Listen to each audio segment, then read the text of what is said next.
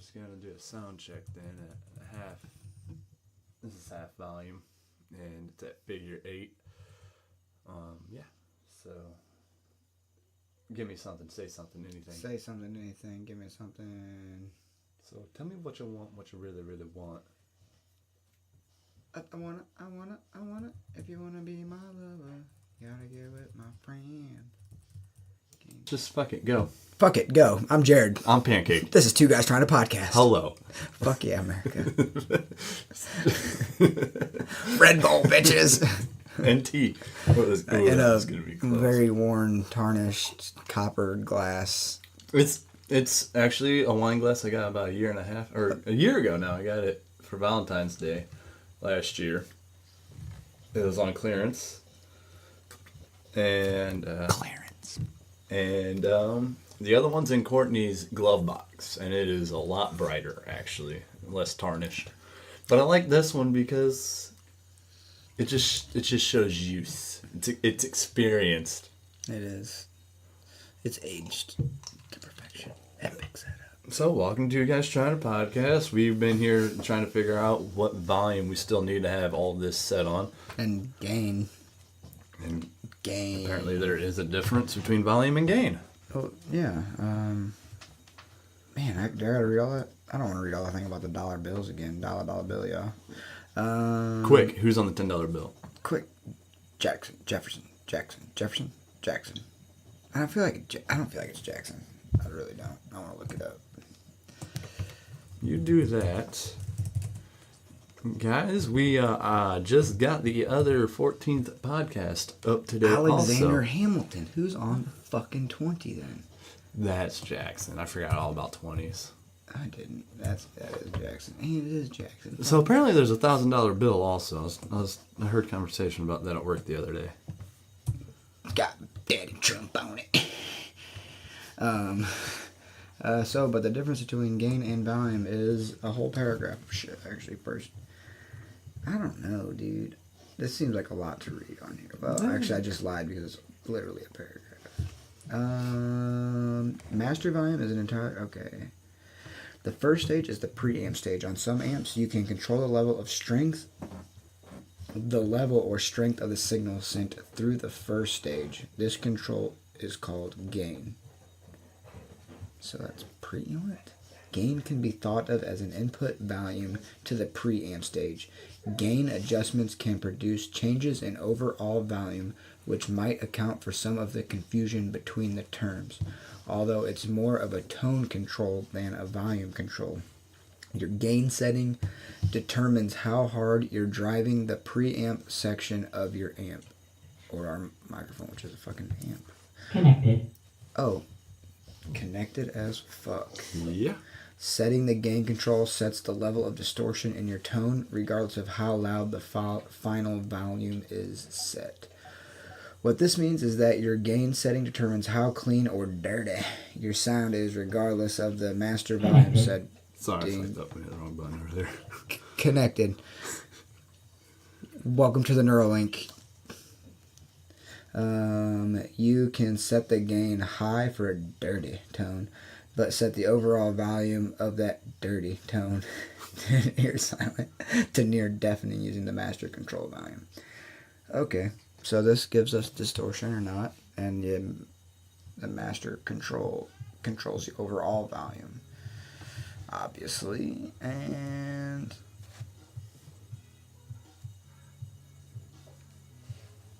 there's your guys' lesson about volume today. yeah. I'll go back to this whenever I want to remember what it was all about. Do you want me to mail it to you? No, I'm just, I got a recording. Oh. So, you get on that. Too late. I'm gonna do internet stuff. What kind of internet stuff are you doing? Oh, yeah. I'm just fucking staying connected, bro. That's cool. Staying connected. The super highway of information. But how much of it's relevant these days? See, that's the thing. It's overloaded. That's nice. I won't complain about that. Where are you? There you are. Click. Just doing a couple things. Let's see. What was I gonna say? I wasn't gonna say anything. I don't know where I'm segueing or what I'm segmenting into. I'm not really sure what's going on. Well, yesterday, I was gonna go do open mat jiu-jitsu. Finally fucking stopped procrastinating and was like Just went and did it. able to get up to go do it. Oh no, I got up to go do it. Well, I went out. I got shorts, sandals, t-shirt on, my gi. I didn't have my gi on, but just carrying it. I'm like, all right, go out there. I'm like, I'm gonna grab a coat. Threw a coat on, hopped in the truck, started going over the overpass. Service engine light came on, started sputtering. I'm like, fuck. So I'm like, I'm gonna go down the overpass. I'm just gonna hang a right and go to just like loop back around to go to my house. And truck ended up dying over there, and I'd have to walk back to the house, which wasn't far away, thankfully. I was like, fuck, dude. And so I ended up, that was at like 10 o'clock. So then, what was that? Dude got up and his Jesus paw hit the freaking carpet. I was Christ. supposed to call the fucking vet today and get an appointment, just check out his eye and get his nails cut. Word. But yeah. So I ended up calling Uncle Todd around 11:30 or so. And then him and Gabe ended up coming down and fucking we towed the truck to the shop. Ended up having a fucking bad fuel pump. So I changed the fuel pump in it yesterday afternoon. And yeah. Had that going on. That wasn't too bad though. I really just had to take supposed to take the bed off of the truck, but what we did is just undid the bolts on one side and loosened them on the other side, and then tilted it up, like. Supposed to take the whole bed off just to get to the fuel pump? Yep. That's crazy. So we just tilted it up and like propped the bed up off the frame, and then changed the fuel pump. That wasn't too bad. It only took a little over an hour or so. Fucking. That's still crazy. Like, I know. the whole bed. There's only 8 bolts that hold the bed on. That I can believe. Right. That I can believe. Because it's just, you got the frame running right underneath it, and you just, but the fact that they put something to where you have to take that off. Right. That's a big fucking. Right. That's not a one-man job. Right. Well, actually, it could be. I watched a YouTube video, just one guy did it. Oh, yeah? Yeah. Yeah, that was yesterday. But I was kind of bummed out because I was like, man, I'm always on the fence of wanting to go to jiu-jitsu. I feel like I get hurt every time I fucking go. Even though, like, no matter how, like, conservative I am about my movements and, like, how I position myself and, like when I do jiu-jitsu, I don't try to use, it's not, like, strength, you know, like, I might be, like, I maybe try to not to use my strength more than I should, you know, I try to use it more because it's, like, it could be an advantage, but I feel like then, like, I'm cheating because it should be the technique and not you want to get the technique down. Yeah, not how strong I am. So, but yeah, did that. Fucking, yeah, I told you what Saturday was. Fucking, still got up at 6:45. Oh, yeah? Yeah, like, and then ended up like working out and fucking, because I knew Kyle was gonna call me because we were gonna go to that REI garage sale, which you got to get there early for that. It's a lot of good deals, though. Well, I don't know. We got there like an hour and a half later than like, or maybe like, we got there at like 11. It was over. It started at 9, goes on from 9 to noon. We got there at like 11. They said they had 100 people at the door waiting when it opened at 9 or 9:30. So you got to get there like in the beginning. So like all the good shows probably like really You probably got to have an idea of what you're already wanting. Well, you can't. Oh, yeah? Well, I mean, you're just, because you don't know. All's what the garage sales is like return stuff from customers. Oh, really? Yeah, so it's like you never know what's all going to be in there. But yeah, so we did that, and then we got done with that. Went to Whole Foods, and which I'd never bought anything from a Whole Foods before until. Hey! Still recording or not? But Oh, it could have been. yeah, I'll check that out real quick. Oh well, I'm sure it did. I think I it just did. recorded silence, huh? Yeah, but You can just edit it out. yeah, I cut all that out. So I've gotten good at that. I'm actually getting ready to explore with the software that the mic came with. Nice. Yeah, Let's see if that's any better. I might be able to figure out something different with the mic situation there. right. As I'm thinking, it was also just quiet because it was coming in through here and into here. It was coming through the mic and into the laptop. And I'm thinking there might be still a way for it to separate the two. What do you mean? Like, because it's all coming in through USB, There might be a way to be able to determine what sound's coming from which mic. Okay. Yeah. I see what you're saying. You're talking about with the other mic as well. Yeah. Yeah, I thought we were just talking about the singular mic for right now. But now I get what you're saying. Yeah. I'm thinking that might help out significantly if I could figure that out. I think you can figure it out. I think I could too. You figured all this other shit out. Been trying, dude. Fucking power of the internet, that is relevant. All the power to all the people. Courtney's been looking into some schools, and some of the schools she's seen is like they got audio degrees and whatnot, and it's like that'd be something I'd want to explore maybe. Check it out. Earlier, I was also checking out just like civil engineering degrees, it's like bridge design and shit like that. So right. what all that entails and if it's plausible or not or right. attainable, Yeah. At least that's what I was doing. I was taking my morning shit. Right. I don't have any interest to go back to school. I don't know, it's kind of disheartening. I don't know. I don't know if it's just like because they're going to like a lower level school or what, but it's just like, I don't know, dude. I just expect the whole college learning experience to be different. I don't know. I just feel like, I don't know, it's not, I don't know. It doesn't scratch my learning itch.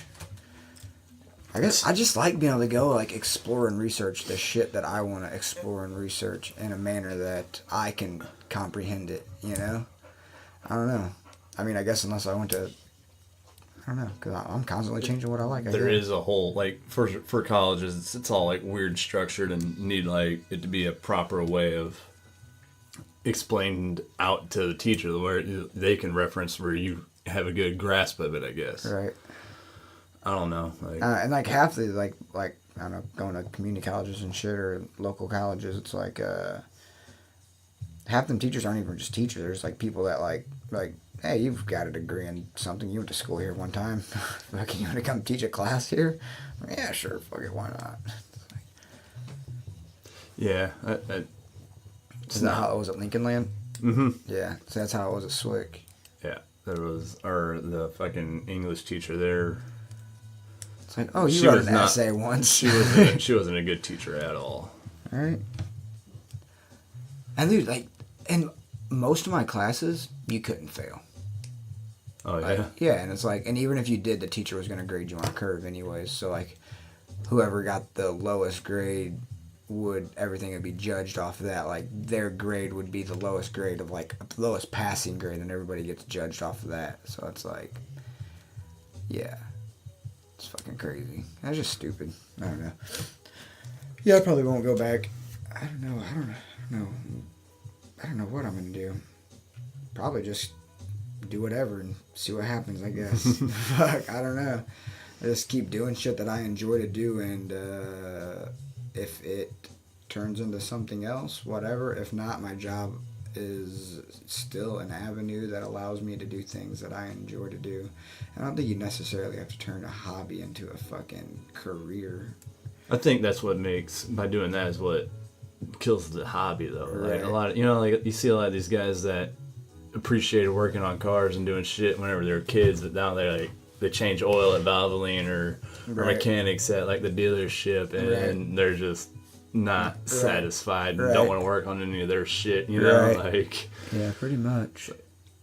That's kind of what deterred me away from like wanting to go the mechanic avenue, right? Which I have opportunity to obviously excel at OIS. I am, like at fucking to be more in charge and fucking do shit. But it's like at the same time, like my life is not my job, and if I want to do that, then it has to, then I have to dedicate myself to a higher level, to fucking to really be about it. And it's like, okay, well then that takes away from other shit that I want to do, and it's like, I don't know, it's like a give and take. There's like balance is the hardest fucking thing, dude. For real. And that's why I'll still, like today was like, yesterday I did a little bit too, or one day I did a little bit, but today was the most research I've done into just the 40-hour work week and seeing if it's possible to try to cut that down or not and start a movement towards that. Right.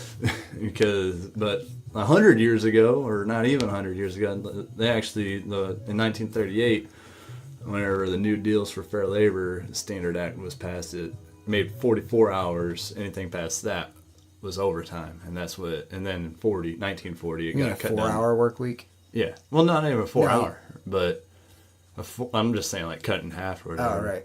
Oh, yeah. It's still 20-hour like, work week. yeah, or 30 even, you know. Just, I was just thinking because you were reading the Tim Ferriss book. no, I haven't even touched that yet. You've touched it, you just haven't read it. Yeah, I've moved it to a better area for. You're eye-touching it right now. Yeah, I'm not fucking the hell out of it. That and brain bugs. That every time I read brain bugs, for whatever reason, I see brain drugs. At first glance at it, I don't know what Brain that has drugs. anything to do. But no, like, I mean, I think if we just cut it down to 6-hour days, would be a lot more productive and free time to do. You know. Right. But you see, the problem with this is that you're thinking it from the perspective of somebody that has to work 40-plus hours a week. You're not thinking of it from the perspective of fucking douchebag-ass fucking people creating this, you know? It's like, what do you do if you figure out you can do it in 6 hours? Like, you can do a 6-hour workday. Then where do you go from there? What are you implementing? Like, Are you just... Like, are you saying, like, this should be a societal change into a 6-hour-a-day workday? yeah. All right, then what are you doing? You're just going to broadcast it and... I was working on it. Oh, right. Like, I'm just curious. I don't have a plan. I'm not trying to attack you or anything. I'm just curious of, like, what's the... Yeah, I guess you should start a campaign. Just try to get the move. I mean, like, just like how... We become lobbyists. Just like, exactly. Just like how the new Deals Fair Labor Act that I looked up that, you know, it just gave it a basis of 44 hours, Right. you know, and then it got changed in 1940 to 40 hours. Right. You know, to cut it, your standard hour work week was And 40 you're saying hours. we're due for another 4-hour cut. Yeah. At least. At least. Let's do... Especially with automation and technology, you know? Right, Like, right. We become lobbyists. We exactly. need a bunch of money. Well, fucking, we'll start somewhere, but we should probably just get our information and facts and Right. see how plausible Starts it with is. Andrew Yang. Exactly. That too. Like, maybe... Which, man, he's part of the... He makes sense to the Joe Rogan conspiracy thing shit too. I don't know. I'm still fresh on it. Like, I'm not. Some people are saying some weird shit. I seen one. I was gonna ask about it. I wasn't ready to get into it yet, but I seen one thing a couple days ago on YouTube. It said proof that YouTube edits Joe Rogan's podcast or whatever, and it's like, Oh, see, but that's somebody like for the Rogan podcast saying that YouTube is censoring Joe Rogan. yeah, something like that. I didn't watch. But do you know it. what's weird? Is under all this conspiracy shit, YouTube is one of the people that own YouTube are fucking Flat Earthers? no, they're sponsors of Joe Rogan's podcast. Oh yeah. Yeah. Sorry guys. That would be Duke, my dog, licking his what used to be balls. If you could hear that, I'll turn it up. Shh. I'm sure you could hear it. Sounds so appealing. So appealing. But yeah, so it's like, if they're sponsors, then why is he being censored by them? And why? I don't know. It's almost like I don't know. Because everybody's still got to play by the rules a little bit. Right. You know? True that. Except Trump. Yeah. Because apparently he doesn't even need, like, he doesn't get taken off Twitter for all the shit he says. Right. That's weird. I had that all fucked up. That was hurting my ear. Yeah, I don't pay attention to any of that shit. To be Me, honest. I hardly do either. I just know. I have what no gets idea brought what's up. going on. This was a while ago. I remember Right. whenever they Yeah, were he's talking about always just saying taking his shit. his phone away from him, and it's like he's the president. How are you gonna Yeah. tell a grown ass man to take Right. give me your phone? I don't know. I don't know. I don't pay that much attention. That's just what I pick up from whenever I'm like Or pretty when much other people forced are to listen to fucking talking FM about it. radio or yeah. Or other people talk about fucking the nonsense that's going on. I don't know. I have a feeling, dude. America's reign is over.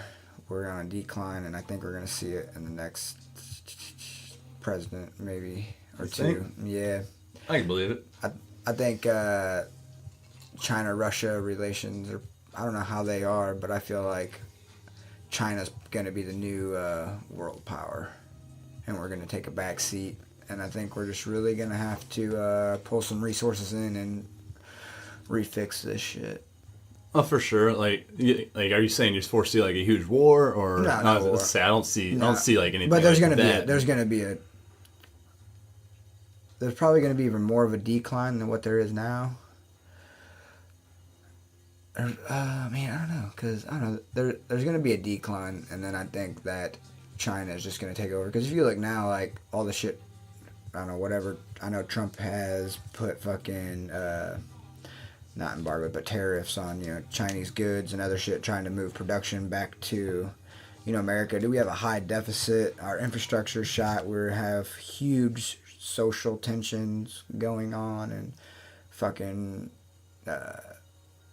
Yeah, dude, just so all over, just like between genders, races, fucking, just different cultures and shit. Just a bunch of shit going on, dude. There's been a lot of different movements that people seem to be blind by. Yeah, what's everything's really all scattered, none of us are really fucking united on any front. One person has 10 fingers being pointed at 10 other people, Right. and then there's like 5 other people pointing fingers at them. And Right. And I just think there's too much going on here, and then that they're sliding it. They're just gonna slide in, dude. China's building up their infrastructure, fucking. Well, they already did, man. Manufacturing and all sorts. Now of they're shit. working on actually just cleaning it up to where, because they were like the number one pollutant, Right. And now they're working on even going green, and they're doing an immaculate job on that. Right. Like, which good for them, and all Right. that on my standpoint, like. Right.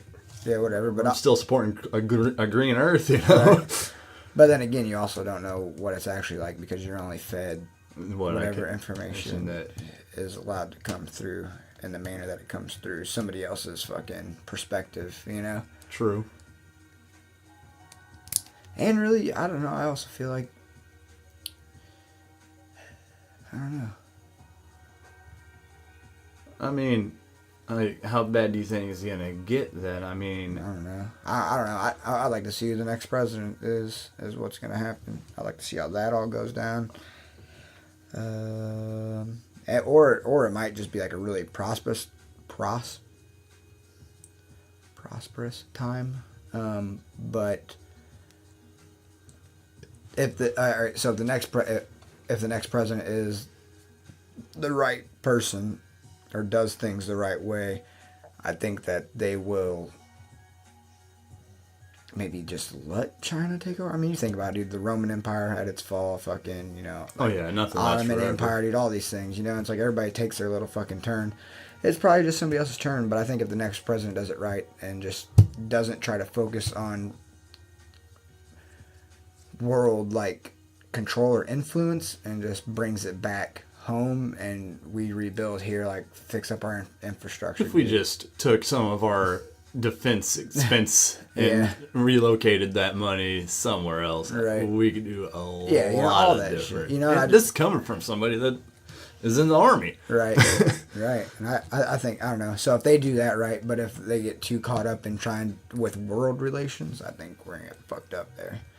But, yeah. That's where I think. I just thought of this last night, actually. Yeah. Fresh thoughts. Fresh thoughts. I think I wrote some shit down, too. I can't remember.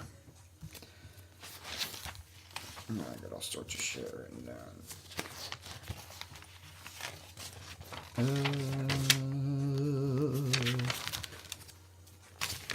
Nope.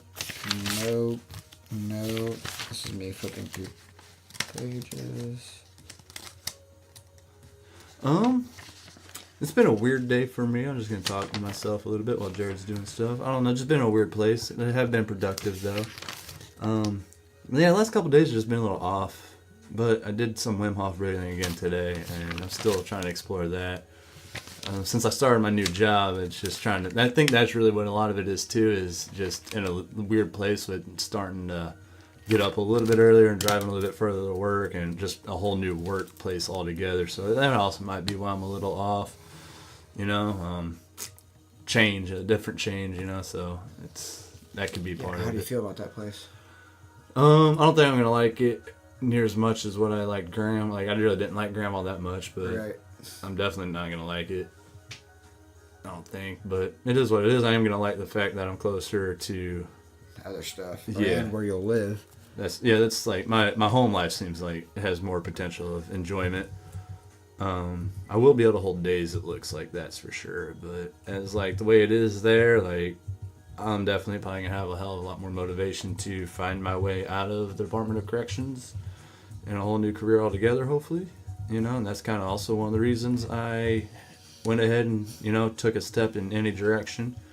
Like there's a lot of reasons. Like I decided to do it. One, being my home life should probably improve. More opportunity for all different avenues, career-wise, opportunity-wise, school-wise for me and Courtney. And just for the fact that I'm closer to you, which, love you, my brother. And then if I also figured I wouldn't like it as much either. Or figured, I didn't figure, I just kind of suspected it. And I thought I'd be able to use that to motivate myself a little bit more because I never liked the Department of Corrections anyways all that much. Right. I mean, there's nothing wrong with it, just... Whenever you got everybody sitting there saying if you could survive the boredom, you could survive here, and it's like, man, like I could feel myself just rotting and dying, Right. And it's Yeah. So what was the date that you'd find out about whatchamacallit? There wasn't a certain date. Oh, 15 minutes from the house to your work. That's what's up. Yeah. I could just start pedaling that. Yeah, I just Googled it. How long of a pedal bike is that? And is that route safe to pedal through? I mean, not really. I mean, you'd be alright. I don't know if you'd want to fucking... It's only 8.9 miles. It would be not shit to fucking... let me find option. Oh, here we go. Bike. Cycling. 44 minutes. That's possible. Hell yeah. Oh yeah, I just got a bike. Did I tell you? But, I didn't finish telling you about it. Well, there's a bike in my mom's shed. It seems pretty decent. It needs new fucking tires on it. Or maybe just aired up. Or tubes or whatever. What kind of bike? It's like a mountain bike. Alright. Yeah, it's not a road bike, but I figured I'd ride it because I could take it out to, like, if I just wanted to not do road biking, or fucking whatever. Or it's kind of smaller, too. So, I mean, even if fucking Courtney wanted to ride it, she would have a bike to ride. And then if you just, found a bike or had your bike, you guys could ride bikes. It's not like a road bike, but I mean, if you're not trying to wear spandex shorts and fucking spandex shorts. Doing the Tour de France, man. Yeah. Trying to get the butt pad. And go chop off one of my nuts and fucking cycle fucking steroids through my blood and do blood fusions to fucking It did pass. change the direction, though. That's crazy. Yeah. I don't know. I'll start riding. When I start driving through there, I'll get a feeling for the how sketch the neighborhood is. Right, but where we are is pretty sweet because we're close to that bridge, that trail that goes over the bridge, Chateau Island. Yeah. Yeah, real close. You could ride your bike to that faux show. Yeah. But it's crazy. I was gonna bring it back to the Wim Hof breathing. Like, just after that, like, my mood changed. Yeah. Like, it's crazy. Right. It is, isn't it? Now, do you do that shit and you find that your mood doesn't change at times? I don't know, but hold on, sorry. There's two people walking their dogs outside. I'm just happy to see other people walk their dogs too. It makes me happy to be a pet owner. Other people do stuff. Shout out to them guys. Not really, man. Like there's times like I dread it's like doing it, Right. But there's times I feel like because I didn't do it, I feel like I would have benefited doing it. And then there's times dreading and doing it and still doing it. I'm glad I did it. Right. I don't know what it is. Like I'm still So, trying to figure out like how long do you think you've been Wim Hof breathing? I haven't last like 2 or 3 days probably. I don't know, it's probably been about 4 or 5 days, but before that it was pretty consistent, once every day for a while I was at a tower at least. Right. And that's another thing is like I got used to that tower time and using it to do other shit. Yeah, focus my energy towards bettering myself, and now it's trying to like now I can't do that at work and trying to figure out how to readjust everything to it. I guess. What housing unit they got you on? They still got me in training right now. Still got me in training. Fucking, I heard. I've heard different stories from people. Like I've heard people get like 10 days off for like just getting caught with a book and like even People used to read all the time. Apparently that's what I heard also. But then like just like a few months ago or some shit, fucking new warden came in and kind of turn things over a little bit, and now it's like you can't even fucking find a book. It's like, no, that's just dumb. What about the inmates? They've still got the library. I get it, yeah. It's kind of crazy. Some of the inmates knew me from Graham, you know, and walked in there. I was like, oh, fuck. I know some of you already, you know? That's crazy. Some of them I knew pretty well, actually, from dietary, even. Yeah, that's cool. Yeah, and then there's another one I know pretty well from fucking my old housing unit 15 when I was at Graham. See, now you get the plug, you know, like, yo, what's the scoop right here, yo? Give me the real deal. I think I'm a little down also because I haven't heard from IDOT. Right. It's just like, because now I am at, like the 13th was like the day I figured anywhere from there and on. Right. Up to like the beginning of the month, the next month. I should hear from him, and it's just like not hearing from him yet is like, Right. well, if I haven't heard from him yet, does that mean I didn't get it? Right. Or, But, I've been checking my mailbox like 3 times a fucking day. right. Well, how long does it normally take to find out? Fucking, my buddies that work for IDOT and just everything else, it takes a minute, you know. Yeah. And the dude that I interviewed with said it'd be 4 to 6 weeks, somewhere in there. But he also did reassure me that I will, one way or the other, find out. Yeah. You know, like, they won't leave me hanging. Right. So there you go. So Yeah. I mean, It's like, yeah, I know. It's Yeah, still. I know, but it's even though when you know like a feeling is invalid because the information you know proves it to be invalid, it still doesn't make it any less real to feel. Isn't it weird? Yeah. I know. I deal with that shit all the time. Like, yep. Isn't it weird, dude? Feelings are so fucking weird. It's like, I don't know, maybe is that your just primal part of your body? It is weird. Like, And then your consciousness, like when you think about feelings, that's like animals probably feel, but they don't think about it. So there's no like overthinking about it. They just feel, you know. But for us, we feel and then we analyze it, and it's like, well, why do I feel that way? we speculate how that certain interactions or feelings are, you know, Right. why they're that way. Right, you know, like we look for a deeper meaning in it when there's not. We just need to be, you know. I don't know, it's weird, but just in that is too much because. And then it's like some of the people I work with, you know, like we kind of had this conversation the other day. Like I'm just getting to know some of these people, and they're like, if you pretty much just show up, you know, just here to collect a check, you'd be all right. I'm like, well, that's all I'm here for, you know. Like some people get wrapped up in some drama, or you know, like think people are out to get them, or certain people are there trying to do certain things, and it's like, no.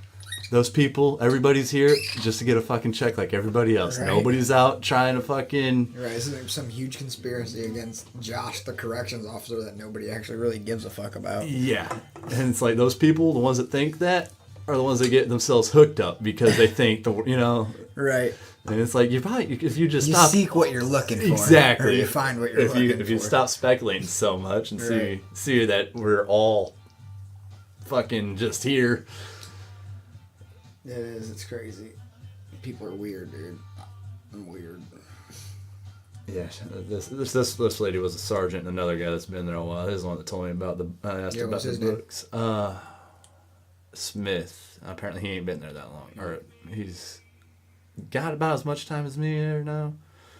I don't know, it's kind of weird. I got like 7 people under me on days now. You got 7 people under you? That's weird. Yeah.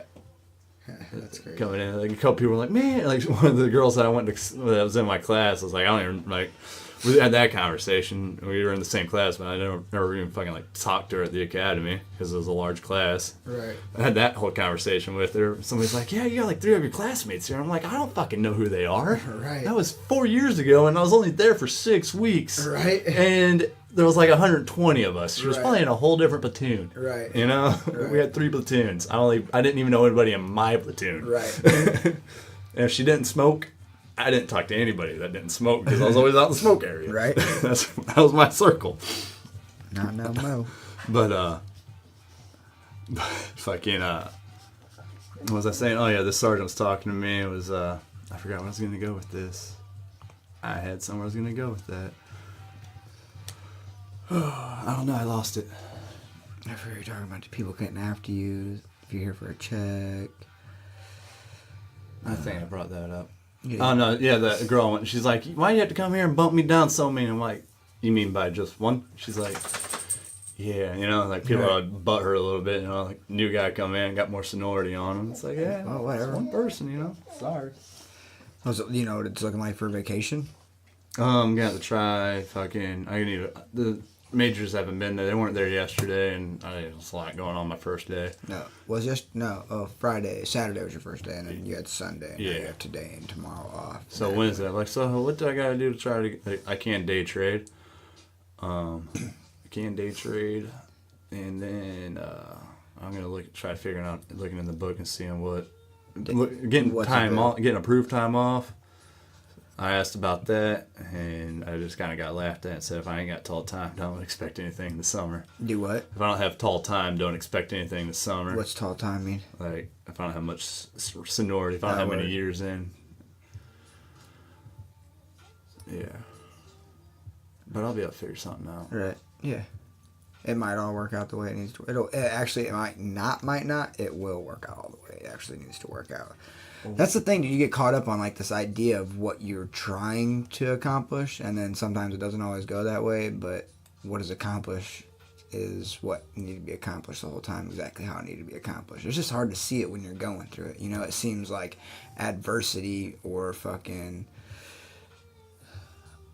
misfortune or fucking like bad luck of the draw or whatever shitty circumstances, but then you're like, but I don't know, then it all works out and nothing is really that shitty. It's like, as long as I still how many shitty experiences do you just really like are so impactful to you that you're just like, no, right now? Yeah, like, where there's like something, you were doing something and it didn't go out the way you planned it, and then it was like, but now it's like later and you're like, what was that even? I guess it's all right. Yeah. I am where I am from the choices I made, and I'm doing all right from it. Yeah. As long as I still got, good love around me and fucking a source of income to provide food and shelter, and a way to get there to keep supporting myself. Everything's gonna be okay. Yeah, you're still. I mean, it's not like you're not gonna get vacation or anything. It's just exactly. Might not be exactly when you wanted it to, but it may also work out differently or better than what you had anticipated or planned. You just never know. True. There's also one thing I was fucking not tussling with, but it's just like, I don't know, just the idea that things work out exactly the way they need to, or when they don't work out. It was like when we were on our way to Resonance and my fucking car broke down. It was just like, I don't know, I was just like trying to be positive about it and just be like, okay, and be like, this is all like for a reason, like not for like necessarily a reason, but it's going to be okay, and it's going to happen exactly the way it needs to happen or is supposed to happen or whatever. That was me. But then I realized that, really, I feel then I've got just me overthinking it and then continually analyzing it, and like, I don't know, I just feel like putting it off to like fate that everything is gonna happen the way it needs to happen. Like in that instance of like my car like breaking down, I feel like was just like just a way to divert responsibility on myself for the decisions that I have made. Because really, like, I wouldn't be in that situation if I made better driving fucking habits and choices. You know what I'm saying? Because I wouldn't be in this predicament where my fucking insurance is at a rate that I can't really afford fucking monthly insurance rate on a car because of fucking a few accidents, and and I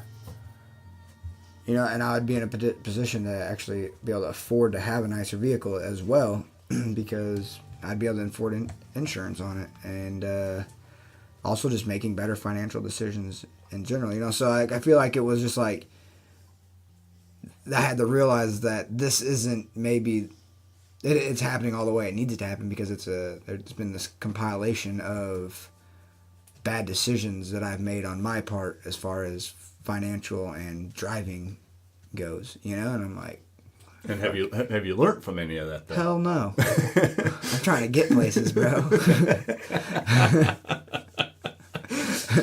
I think about it a lot, though. Doesn't necessarily mean the driving habits part of it, but like the financial part of it. Nah, I don't know, dude. I honestly, I don't have very much money just set aside, like, that I have access to. See, like, I remember last week you was asking me, or last Thursday I should say, you was asking, if I've implemented anything from Listen Money Matters. And, like, the first few podcasts, and I couldn't, I just wasn't ready for, like, couldn't think of anything of what I could obtain from them so far.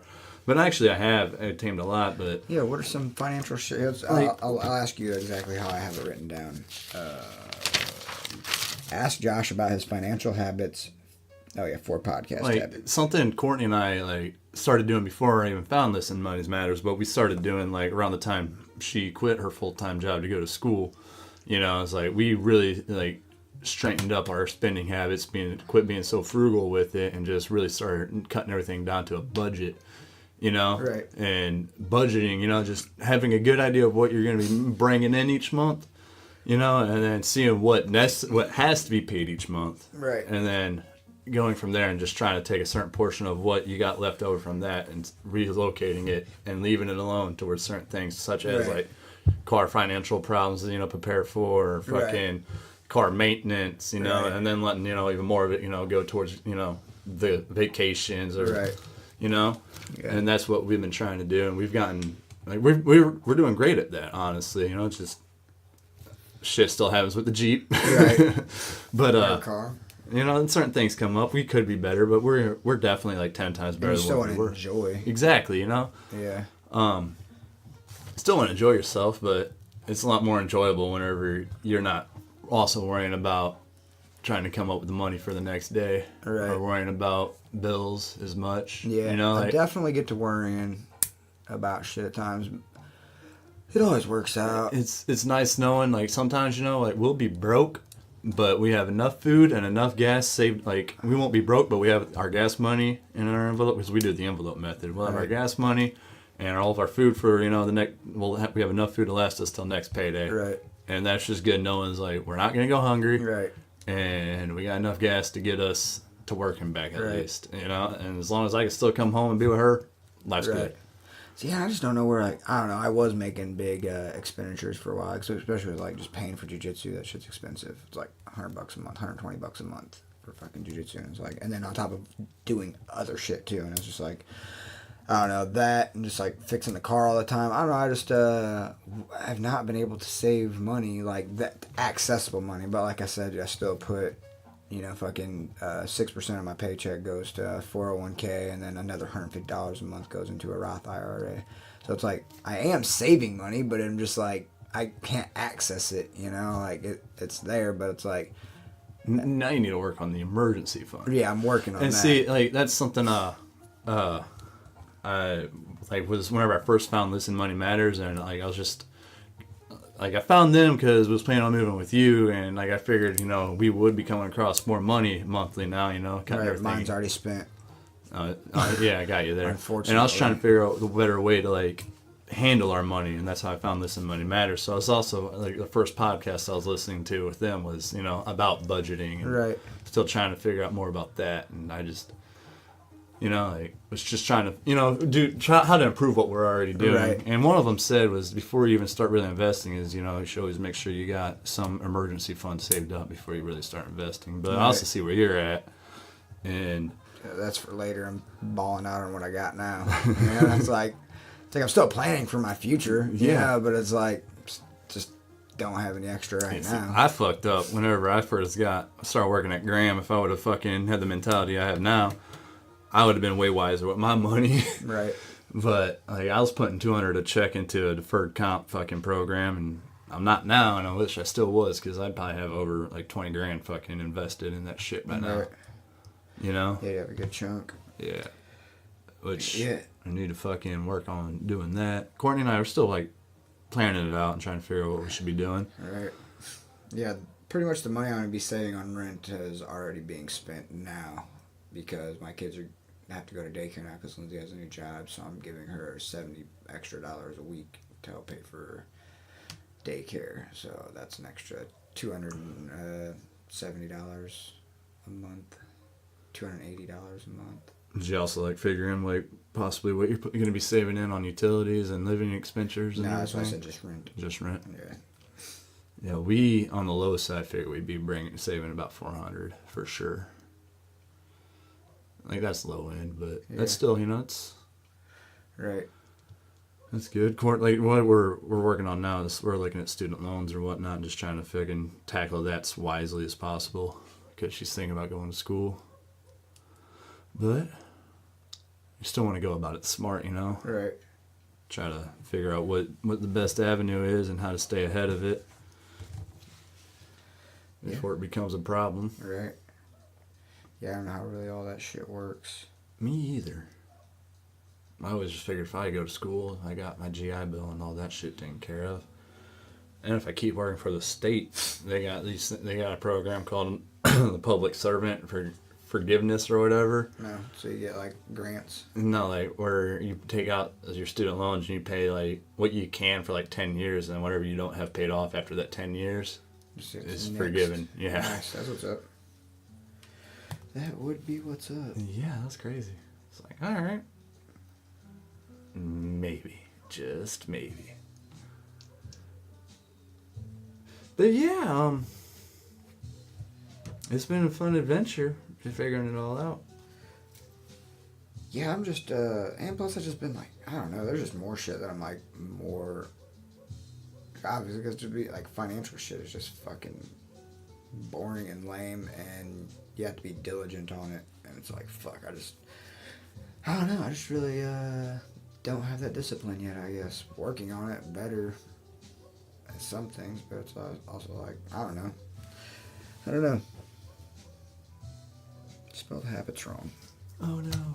You got any other questions that I could try to answer? Nah, that was pretty much it. I just like ask like what your financial was on. Pretty much just budgeting is it. Yeah, right I think now. That's pretty much where I need to be, but it's also like, I don't know, I just feel like fucking, there's always just like weird expenses, and I always just end up getting, I don't know, dude, like, fucking there's always like one big fucking thing. It's like, alright, I got a little bit, and then it's like, boom, fucking something happens, and it's like, okay, now I don't have anything, and I actually had to tap into some other shit to fucking be able to get to where I'm at now. Where Courtney and I know she's usually the better one at doing the actual action of budgeting, I help out and oversee and put my 2 cents in when I think it needs to be put in. But we always take the lowest amount what we average in on monthly, Right. the lower end of it, and then we always the higher end of our bills. Right. But, I always do it that way and go Right. from there. Right, so then there's always something left over. Yeah. And then I've also been working on trying to get it to where, like, there's a whole other budget system that I can't even quite explain myself. It might be in my other notebook, actually. But it's like pretty much, like, say you set aside like $50 a month for water, and your water bill's only been like 30 or 40, everything Right. you have left over from each month just stays there. Right. And then by what ends up being saved up, you still put that 50 in there each month, and Right. eventually you got a whole other water bill covered, Right. And then you cap It's that. like a rewards program. Yeah, and then you cap that to where like That's actually, you cap it to where you got that $50 in there each month, and you keep adding that $50 and say like you're always got your monthly water bills, fund is now it's sitting at $100, and you could just cap it there and then just take whatever's left over and leave it where it's always at 100. Like add that 50. Say Right. you got like $80 in there already. Right. You still add your monthly 50. You got Right. what is that? Fuck, I can't do math. couple right water bills. now. Yeah, but then like you could take the rest, and then Eventually. fucking add it to something else. As Right. long as you always got your Right. Your cushion. more. Yeah, exactly. Right. You want a little bit of a cushion in there, not Right. just your monthly amount. So then just like getting a whole nother bank account set up just for paying bills. Yeah. Right. Which is like, Well, we just do when we get every payday, we just go to the bank and pretty much leave what automatically gets taken out, and then take the rest out in cash, and then Right. separate up in envelopes and safe it. well, see, all my shit is automatic And that's a good way to go. pay. But then, like if everything else is automatic pay, even your rent and everything. Yeah, well, not automatic. We will PayPal, by the way. Oh yeah. Yeah. All right. I have to work on setting all that up, but Well, I have a PayPal. Okay. Well, we'll still probably just You'll give you the money. Give me the money. I'll put it in my bank and PayPal it. All right. Let's see, and then we'll still be still going to the bank and taking everything out in cash, and you have a better conscience of your spending whenever you actually have it in physical form. Right. You know, and if you know you can't use your debit card or your cards, you're not going to. Right. You know, and if you don't have the money on you, if you don't carry money on you, you're less likely to spend it. Right. Obviously, because you don't have, I don't carry cash on me usually. I usually just use my card for shit. The only time I feel like we're going grocery shopping and then we fucking said it somewhere else. I think you tore our toy up. No, that one was already tore up. Duke actually did that one. But he still likes the squeaker.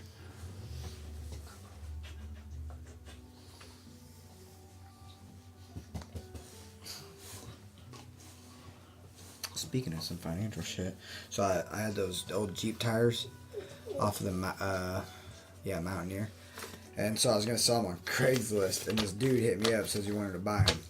So then I gave him for $300. I don't sell these things for $300. They're used fucking tires and rims, whatever.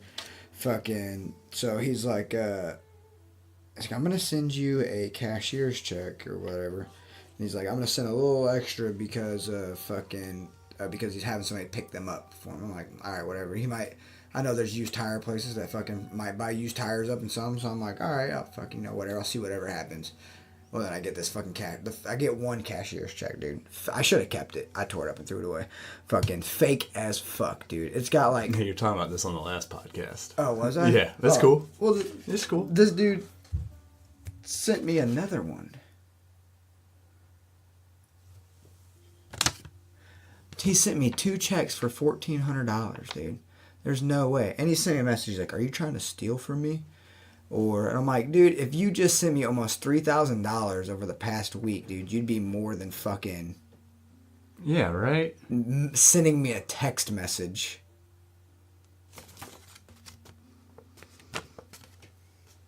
That's crazy. Yeah, the other one did not look legit at all. This one actually looks fucking... That one looks alright. This one actually looks pretty fucking legit. And... Worst case, you go cash and you got the money. And then he comes and picks up the tires or don't. I'd have him come pick up the tires at the shop. And not your house. Yeah, because that's weird that thing works now. And what is payment under collision coverage less than 5? Nature of payment. Yeah, that's fucking weird. 13 security features. What was the question? Dude, chill.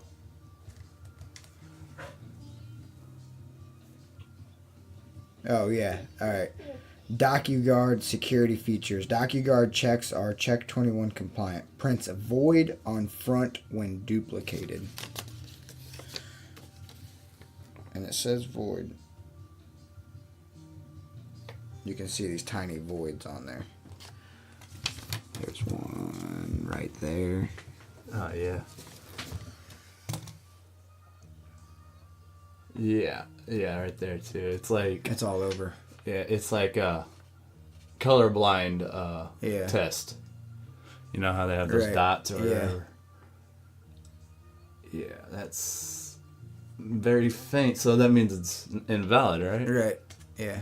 But I'm keeping it just in case this dude wants to try to be a bitch about it. And we're like, bro, you sent me this 2 bogus-ass checks. Why are you going to send me 2 checks for $1,480, dude? When you're asking for how much? $300. Bro, you're smoking drugs and not the good kind.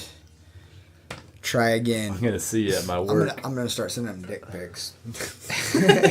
Somebody else's dick. You don't want to be able to identify in a lineup. Yeah, whatever.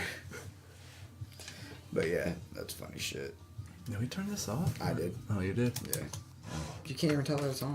I know, I was just curious. I was Did like, you I turn noticed. it on? No, I just noticed I'm I'll not turn it hearing on. anymore. Quit yelling It's at cool, me. bro. I'm not yelling. You're yelling. So, all right. Tell me about... I don't really know, man, to be You honest don't? with you. I can. Oh yeah, I did. Talking about, I am going to sign up for BP rewards program and use this gas buddy thing. They have the best fucking rewards program for the gas fucking places. That's cool. I mean, I could get on with BP for sure. I just knew Shell always offered 5 cents per gallon. Right. I've always liked Shell gasoline, but BP's pretty decent too. Yeah. You know. It's not too bad. Oh, here's something else. I have. Oh, no, I don't want to talk about that yet. Man, I thought I wrote something down about this whole Rogan thing. I don't know, but the whole fucking Rogan thing is that he is pushing agenda, which obviously he has his biases, even though he tries not to be. But all right. Well, just from hearing that, like when you got that many of much of a following, I mean, I don't think any of it's bad so far. But yeah. Well, what this whole thing it's is like, how do you influence it? How do you use what you have for the good? right. You know.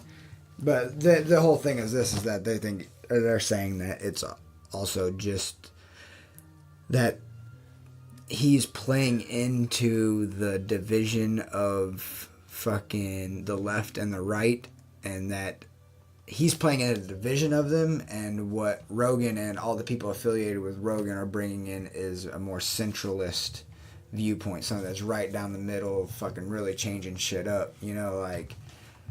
But the way they put a spin on it is that it's for a bad, that it is ultimately for control, and that they're just using it just another device to control people, or will be used to control people in another manner. I'm not sure how or what, but I mean, I could see it. I don't know. I don't know. A lot of shit fucking, you think about it though, like, what the fuck was I going at? Yeah, I don't know, because it's because it's silly as fuck, to be honest with you. But let me think about a word on this. Where did you get your information from? The internet. Internet. How do you spell that? Enter. EDWBRES. Interbrebs. But no. No, I watched this video called Joe Rogan Exposed. A lot of it's fucking nonsense. But, dude, there's also a lot of fucking things that... So, like, they're talking about that he's, like, teamed up with, like, Elon Musk, and, like, all these people are actually all a part of this fucking... This movement, this centrist movement to usher in this new fucking control group that's not, like, the left or the right, but this... It's not the Illuminati? Not the Illuminati. Well, it might be connected all back to them. But, so, like, what was I going to say? Because a lot of this comes out of branches from this fucking, let's see, it branches from, like, MK Ultra, like, all that shit, when they first started, like, testing psychedelics on people to see if they could use them for mind control or learn fucking telekinetic powers or mind reading powers and, like, all this shit. Apparently all that was part of it, but it was kind of just a front for the real shit that was going on. What the real shit was going on. The men who stare at goats? Yeah, that was all just like a...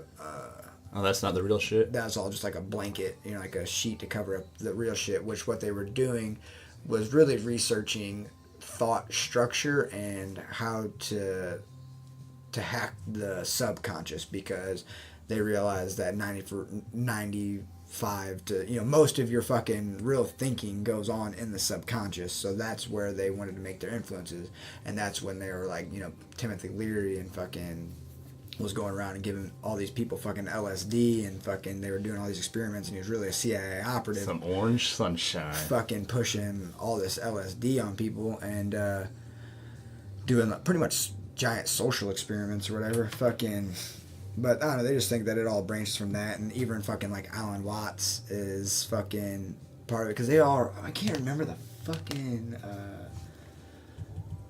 the thing that they're all connected to. MK Ultra, it's not SL, I don't know, there's this other fucking organization that I cannot think. Esligate, maybe that's what it is. I don't know. There's just this other place that involves a bunch of these, like, I don't know, other fucking world influencers, like these counterculture fucking thinkers fucking and people trying to make these fucking huge social changes and shit. Like our philosophers, you know, like fucking Alan Watts, fucking Timothy Leary, even fucking Terrence and Dennis McKenna, like all these people, like somehow the MAPS, which is the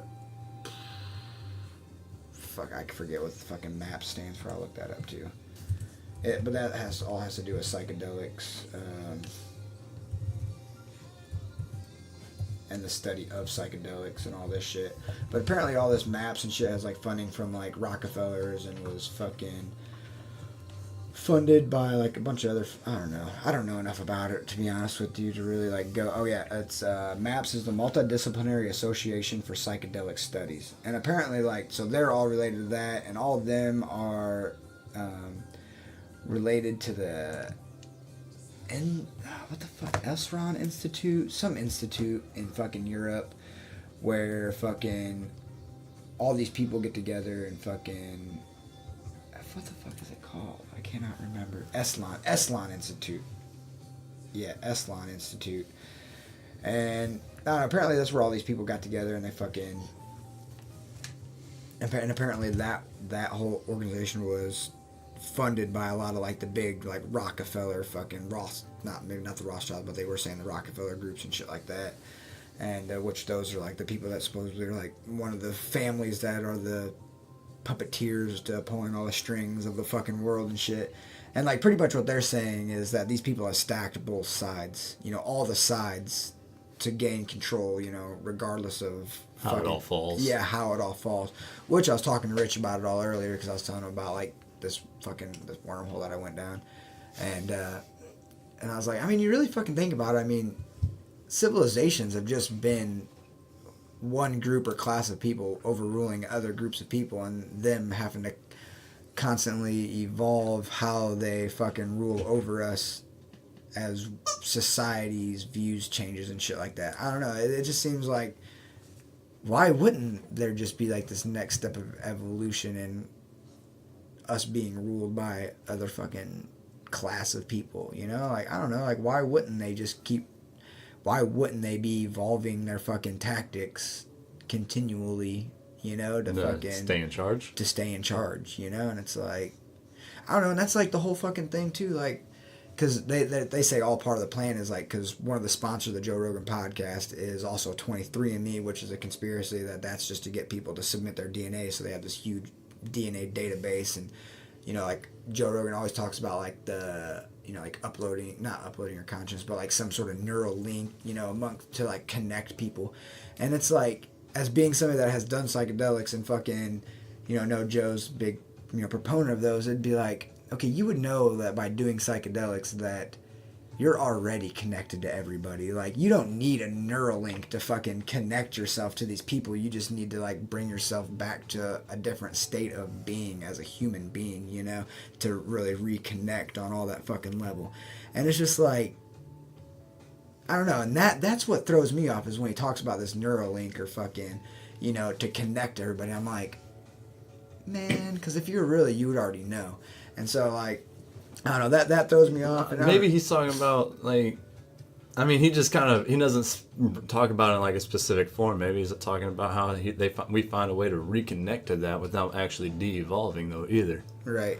You or know? like advancing. Exactly. I don't know. And like, you know, apparently Elon Musk's all on that shit and fucking, I don't know, there's a bunch of other weird shit. But I'm not necessarily saying that it is a bad thing or whatever's going on, but apparently like it's all this, like the legalization of marijuana and like the making fucking the Schedule 1 drugs, like just like normalizing drug use, you know, like fucking dude, I watched a clip from a podcast where he eats mushrooms on the fucking podcast, where he like off camera, where he's like telling the other, like, yeah, she's some fucking mushrooms. Like, he's like, I don't want to. He's like, yeah, just fucking do it. He's like, what are you gonna do? You gonna get giggly, you know, like whatever. And like Joe puts something in his mouth and he's like eating it. And he's like literally eating some fucking mushrooms right on the podcast, and it's like, and you know, it's like, and they talk about fucking, you know, doing other shit too, like, and like they name the people that they fucking do it with too, and it's like, that's illegal in this country. And it's like, why are they like, well, how are they able to, you know, constantly get away with fucking, you know, doing this shit and talking about this shit and just being so open about this shit? And it's like,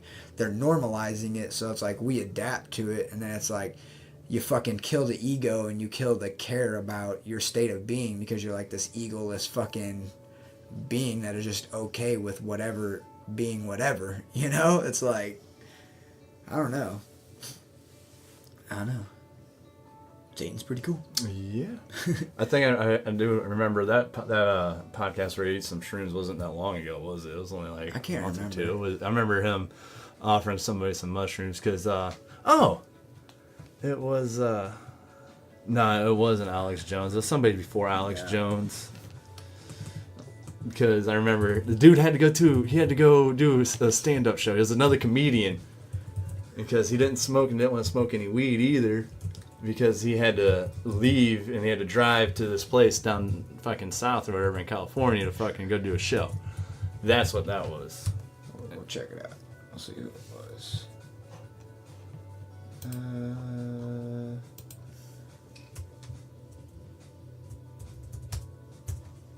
No, it just keeps bringing up Paul fucking Stamets and it wasn't Paul. I can't remember. Maybe it was Michael Pollan. I don't know who the hell that is.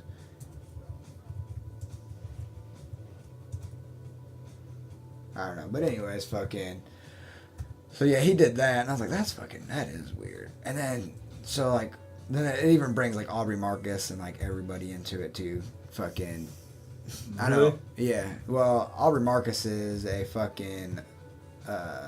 just a trust fund kid. Like, his parents were rich. His dad made all his money on on oil and shit in Texas. And like, a lot of these people are all from fucking Texas, dude, which is real weird too. Like, fucking, a lot of people Rogan, like, associates and affiliates with. But anyways, fucking... And I've always wondered, how did, like, Rogan and Aubrey become friends? Because Rogan's from Boston, Aubrey's from Texas, you know, like... Yeah. Like, how did them two... That's a good question. Well, somehow he got... See, that covers it all in this thing, too.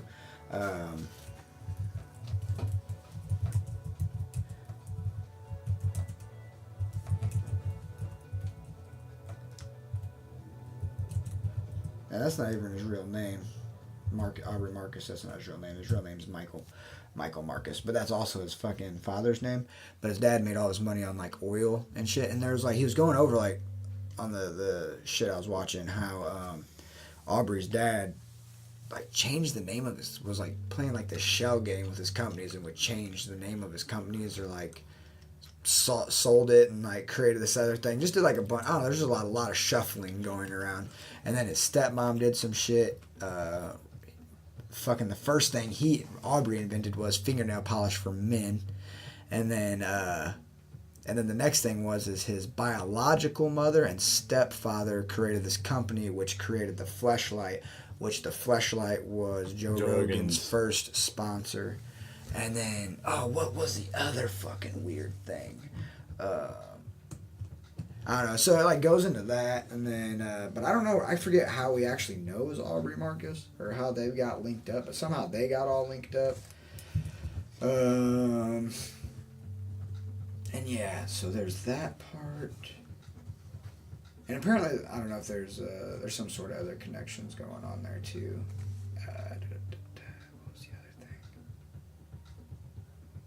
And you know what else is really fucking crazy? Is I don't know if like the other comedians are just getting hip to it or like Joe's been pushing them in this direction or they see what Joe's doing with it so they're doing it.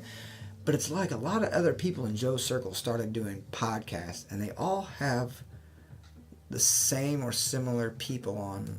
Yeah, I've noticed that too. So it's like they're all like they all have this little circle that just go around. It's like broadcasting and they're all touching. It's like a Venn diagram. So it's like. So Joe touches this demographic, and it's like Brian Callen and fucking Brennan Schaub touch this demographic. Some of them, they have the same audience on some of them, but they reach other people, you know, on some of them. And then it's like Theo Vaughn, Joey Diaz, fucking who is the other one? Who's the other one that has a fucking big one too? But yeah, it's just like. You know, Aubrey Marcus has one. Fucking obviously. Duncan Trussell. He's like the first one I noticed. Was like this fucker's been on a lot of podcasts. You know, like then Aubrey's been on Joe's, and Joe's has been on Aubrey's. Who's the other guy? Why the fuck can't I think of his goddamn name? Big guy does the On It podcast, Human Optimization Hour. Kyle Kingsbury. Kyle Kingsbury. They have like a lot of the same similar people on, so it's like they're broadcasting this shit. And this I've also noticed, like, not even people that have their own podcast, but some of their just guests will go through their circles even. Yeah, that's too, what I'm you know, saying. like, That's what I'm saying. Like the same guests, like Jordan Peterson will be on Joe Rogan, then he'll be on Theo Vaughn, then he'll be on Brian the Fighter and the Kid with Brian Callen and fucking Brennan Schaub, and then he'll be on Human Optimization. that could also just be between like their Just 'cause it's in those their people's circle. managers, you know, Right. like, all right, hey, Right. you know, like that While we're person's here, we're gonna manager. hit all this. Yeah, well, that person's manager's like, all right, I got Joe's fucking manager, you know, setting you up with Right, but regardless then, if that's what it is, the effect of that though is still the same as that. Like, it's just this amplification. Like, I don't know, like he's setting up, bro. Fucking, like I told you, I feel like he's creating a movement, anyways, and it really is. And I don't know, just kind of like. I mean, there's fucking a lot of Joe's fucking guests on there. Even says, you know, like whenever they're on there, like just the fan base that Joe has, and, you know, like. I didn't know shit about autism or vaccinations until a couple weeks ago or last week, you know? Right. Fucking, it's just, and he was even talking about, it was like, a lot of shit gets brought to issue because he's got a huge fucking fan base. Right. And a lot of those people, you know, recognize that. And that's Right. why they want to come on Joe because Yeah. he's got such a fucking dedicated, Right. you know, following of. But what they're saying is that it's more scripted than what You we think? might think. And I don't know. It might be. He might be creating a movement on purpose. You know, and like it might be sophisticated. It might be good. It might be bad. Fucking, he might not be doing it on purpose. But either way, a movement is being created through it, faux show, and that's why fucking. Then Andrew Yang pops up out of nowhere, dude. Never heard him fucking talk about Not Andrew Yang. once. And this dude is blowing up, I feel like, dude. I don't know, maybe it's just because I've introduced myself to him that I see him all over the place now on there. But it's We're like, also very unpolitical. right. But it's like, it's fucking, I don't know. I see what his place in all of it is. I hope he's president. And I hope this fucking whatever is going on is fucking some good shit. And if not, dude, we might be fucking happy about it either way. Oh, I was thinking about it. So it's like, what they're doing to us is like what they do on planes with dropping the oxygen mask. They're trying to legalize all these drugs that kill our ego and make us fucking content and happy with whatever is happening, you know, regardless of what is happening.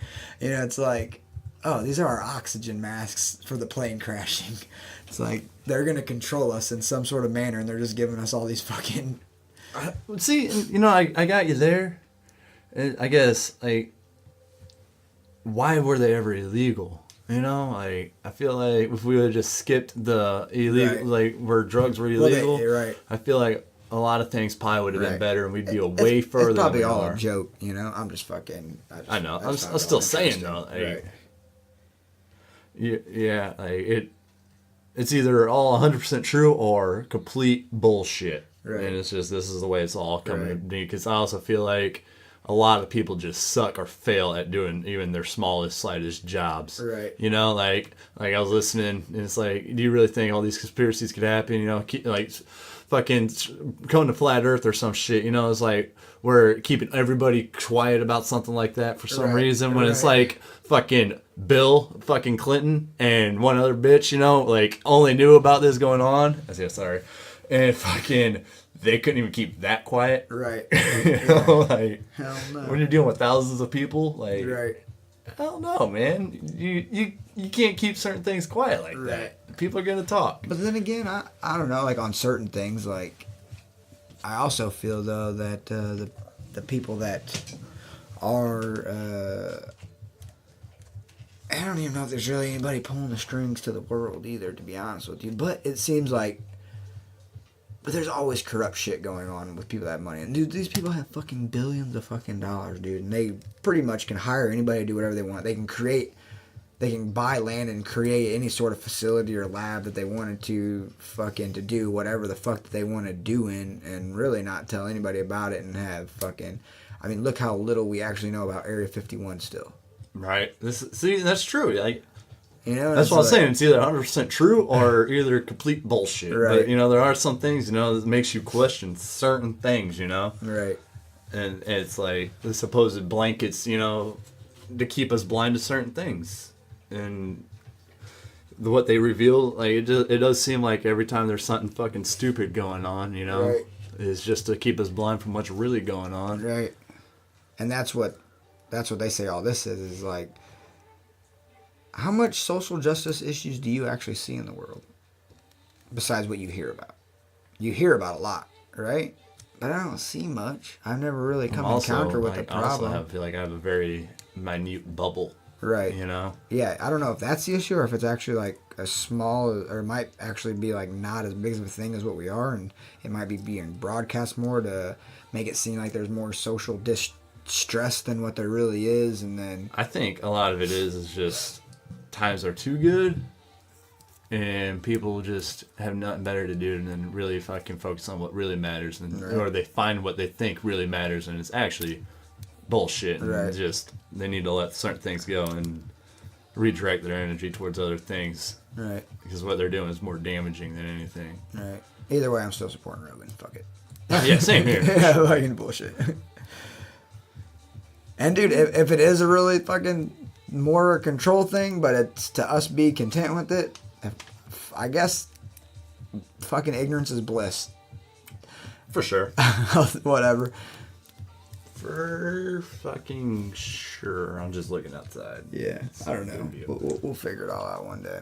But I don't know. I am interested to see how this whole next fucking... I am... It did bring my thoughts, though, to, like, the end of, like, America's world control fucking... is probably coming to a decline. And I think times will change for us. I remember we've had this conversation before, you know? Like, we didn't record it, but it's... There's no need for fucking... For patriotism countries anymore. Like, fucking... I could call somebody in China and have a full-on conversation with somebody in their language, even. You know, because we got fucking language translators that are fucking damn, they're flawless anymore. You know, and it'll be fucking hardly a delay. It's like if and that's what they're talking about too, about that whole Neuralink thing too, is that you can link into this, and there will be like a unified language through this. You know, which would be cool. That'd be cool. Pretty nice. I had the thought when I was walking Duke this morning. You know, of like, you know, how I was talking about, you know, like architectural, you know, structures and shit, and looking into school to be a civil engineer and what all that would entail. Like that popped up because I was just walking Duke thinking about working on bridges or, you know, possibly designing bridges, and realizing that the future one day is going to be like how a lot of virtual reality games are already, you know, like, or a lot of video games are, where you can just build damn near anything, where the architectural design is going to be where you put on the fucking mask and you're going to be able to just like sculpt and build the, like, you're going to be able to, like, say if I want to put a building in this lot, you're going to have some fucking form, like a globe, and just laser measure the whole fucking area, the whole fucking foundation, set a parameter, and then you're going to be able to plug into a fucking computer program with, you got your goggles on and everything, where you're pretty much standing in that same spot, and then from there be able to fucking build whatever it is you're wanting to be there. And fucking what I'm thinking of, if it's actually going to be something you're presenting to a company to build, you're going to be able to have all different materials to pick from, you know, from price range and quality, and even how they're going to be able to get sent there, and how much. And you're going to be able to fucking just draw and fucking build, like, just fucking say you need a beam, you're going to be able to fucking draw it out, fucking bend it and set it here, and you know, even decide if you're going to bolt it or weld it in. And then it's all going to have that calculation of what the fucking price is for each fucking small move. Algorithm. And how much that, how big the structure could be, how, like, what else you could do with it, where windows can be, what type of electrical, even all the way down to the wiring and the water heaters. You know, and then you could do like 5 different, you know, you could have like 100 different layouts to present to your company, like, here, this is what I got for what I think we should do for this building in this area. And then, you know, like, then they're going to be able to plug back in there, and they're going to be able to see you building it. And then like, what do you think? You know, like, oh, so you want this floor lower? Like, all right, then you just fucking bring it down, and they're gonna be able to come in and watch you build it and see how things progress before it's even actually built. And then whenever it's finally done, when they pick, they're gonna be able to do a walkthrough of every floor, every room, and be like, yeah, this is what we want. And because you've already just walk through here, and then you just drag it down to the next floor, like, okay. Or if you build a fucking actual elevator in the thing, you could actually just get on the elevator. It'll show you what the elevator is like, and you know, like, it'll take you to the next floor. You'll be able to virtually go through this whole building or structure that you're building, and then like, yeah, that's what I want. And then pretty much because you already got it all built out and it's got all the blueprints laid out for you, You just fucking, it'll be possible, you know, Right. to actually physically do it. You'll just do it virtually first. Right. Like, kind of there to do that, but it's going to Right. be like Yeah, they do it with AutoCAD, but it'll just way be more in a in-depth. hologram. Where it's like, even the engineers or the people building it are going to be like, put this on, step in, like, oh yeah, it's supposed to, this corner's supposed to be like this, you know, like on that Right. part. And Right. Yeah. it's going to be that in-depth one day. Yeah, probably. I think Within the next 10 I think years. with like AutoCAD and building blueprints, it's probably already pretty well like that, or you just have to turn it into a hologram. Yeah. Yeah. And to actual scale. What is this, a school for ants? Right? You just got to be at least 4 times bigger. And then, if that's what it comes down to, like if we could build a fucking virtual building to that fine of a detail, what's the problem with, say, my home office is this laptop, is this room, but I just put it all on, and then we go to a Right. virtual fucking office where we're all just Yeah, I literally doubt sitting we'll there. even have physical structures at some point. Yeah, There are very few. Most of them will just be in some sort of digital world. exactly. That's what I was getting at. You know, I was like, that's exactly what that's gonna be. Right. Like, all right, well, we got a legit meeting, you know, at the virtual office. Right. It's just, Oh, Mike. Oh, how's Japan? oh, we all just put headsets on and we don't even have to build this thing. Just here. Here. Costs way less much to virtually build something. Right. Be interesting. That was me. Daisy sent me a message. I'm trying to figure out when Andrew Yang got in the political ball field. What do you mean? That was like, I think just recently. I know that, but where did he start? Oh, he's just a serial entrepreneur. He just started out as an entrepreneur. He was doing stuff for fucking computers not working. I'll tell you all about it. He went around doing something for. What the fuck company was he doing something? It was like a job creation. He did something in St. Louis, Detroit, where he went around and I remember him saying he was a job creator. helped create jobs in these areas by maybe restructuring some places. I don't know. I'm not sure. To be honest with you, I'm getting ready to check it all out though. I know. I knew that. I knew he had he was an entrepreneur and he had a to- job of just trying to think he went create to Cambridge. jobs. But I'm just saying went to law school. When did he become such a where? I mean, I never heard of him until he was on Joe Rogan, or you said something about him actually. First, Apparently, he was already doing some shit. when did he decide to go political? Just this last year. Oh yeah, Yeah, he's already I'm pretty got sure at least big. that's what. Oh, maybe he probably didn't decide this past year, but he's probably coming to the forefront this past year for the election. He's probably been planning it for a while and coming up with some sort of strategy, coming up with his policies and shit, making his website, which is pretty awesome. I haven't looked too much into it, but yeah, he first started. He's been targeting. He's from Vermont, I believe.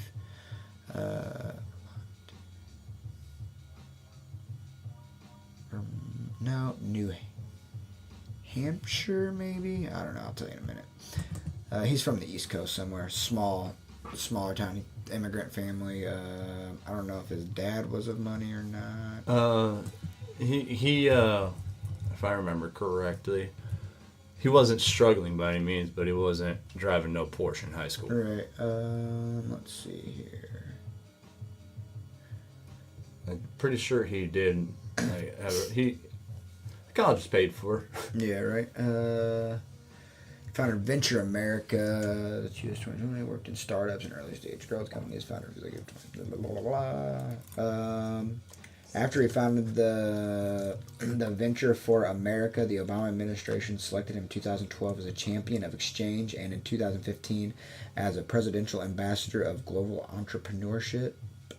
In Yang's bid for the 2020 presidential nomination, one of his main campaign goals is to implement a provision of basic income, blah blah. Personal life. He was born in New York. Parents immigrated from Taiwan. His parents met while they were both at graduate school at University of California, Berkeley. His dad graduated with a PhD in physics and worked in research labs of IBM and General Electric, generating over 69 patents in his career. His mother graduated with a master's degree in statistics and later became an artist. Yang attended New Hampshire and graduated from Exeter in 1992 and went on to attend Brown University and Columbia Law School and received a Juris Doctor. I don't know what the fuck that is. Yeah.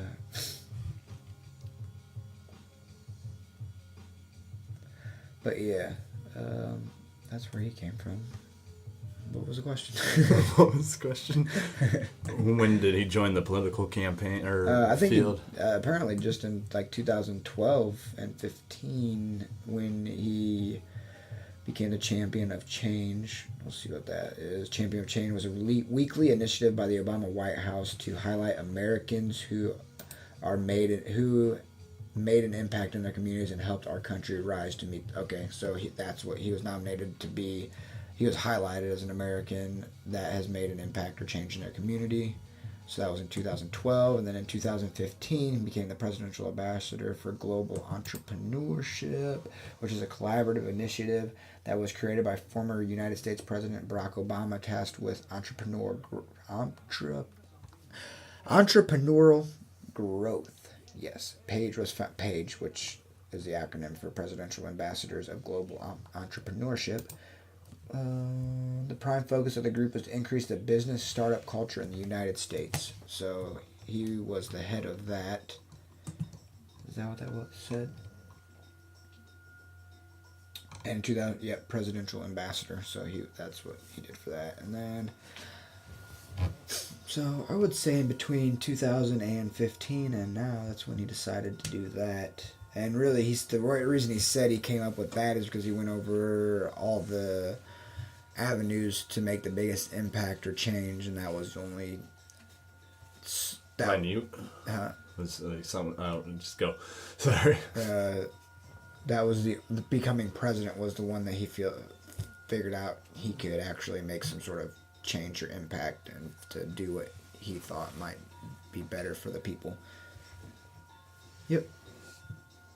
That's crazy. So like he pretty much just laid out all these different paths and plans that he thought he could try to go about to make change or do, to make an impact to help improve the lives of people and to help offset the automation boom, I guess, and help the people that are being displaced by the automated work. Yeah. Cool, good for him. I'm glad for him. Yeah. It's weird how the shit that I retain in my brain that I had no idea that I retained until I got fucking... Need to recall it? Start talking about it. And I'm like, oh yeah, fucking that's there. Oh yeah. Yeah. Very smart individual. Not all the time. I don't know. I kind of want to ask him, can I like email some shit? What do you want to ask him? Like how he feels in just cutting the work week down. Like if automation's gonna be such a fucking bad thing, or not really necessarily a bad thing, but if it's gonna be a thing where it's eliminating jobs to the rate they are. There's a blog, and yeah, you can fucking message him. You can see him if he's let's see fucking I'm already signed up, bro, but I'll do it again. Already in, bro.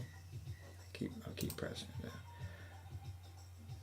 I can't donate right now. Sorry, Andrew. Blush you. Thank you.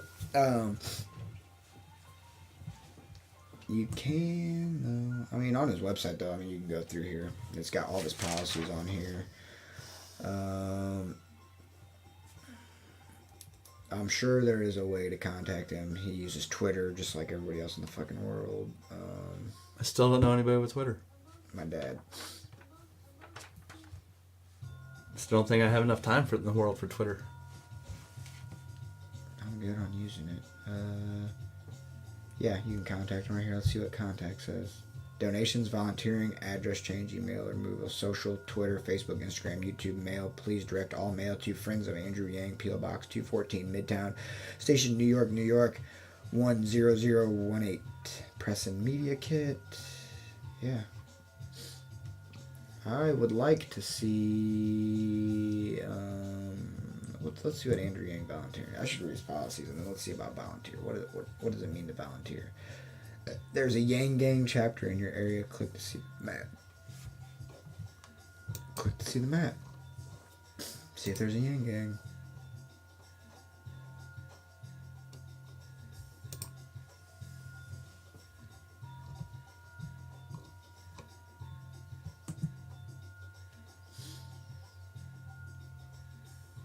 St. Louis, Missouri. Steve Tell. Let's see who this guy is. Organizer. I'm going to look you up on Facebook, Steve. I'm going to look you up on Google. Google. Steve Tell profiles. Alright. Interesting, but...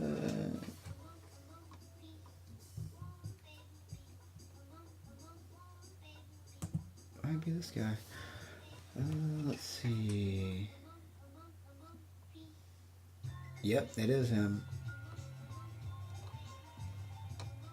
It is who?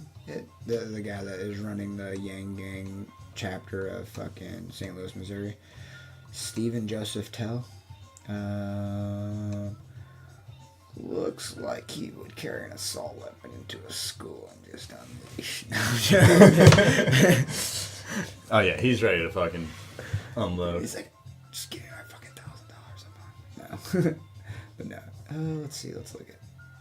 He's gonna listen to this and we'll become friends with him if we join the Yang Gang and be like, you said I look like I would shoot kids in the school. Like, get over it, bro. Kinda. Just a little bit. Please don't.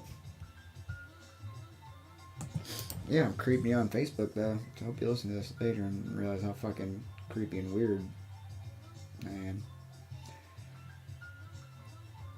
Yeah, so yeah, I'll see about that.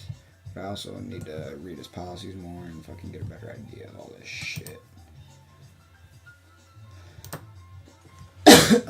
Let's see, where else was I going at?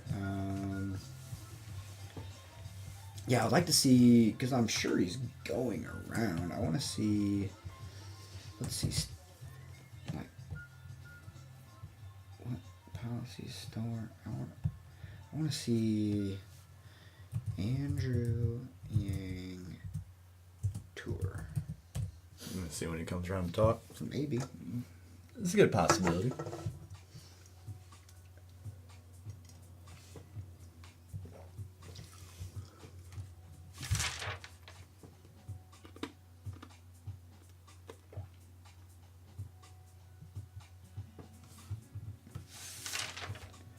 I'm not seeing.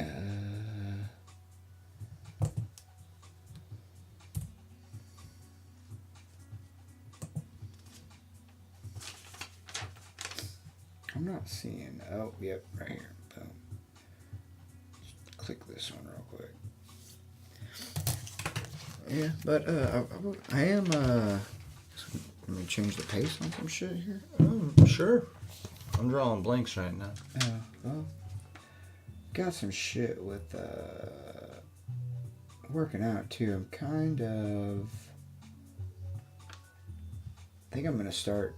So I learned something new. It's called greasing the groove. I took some notes about it actually.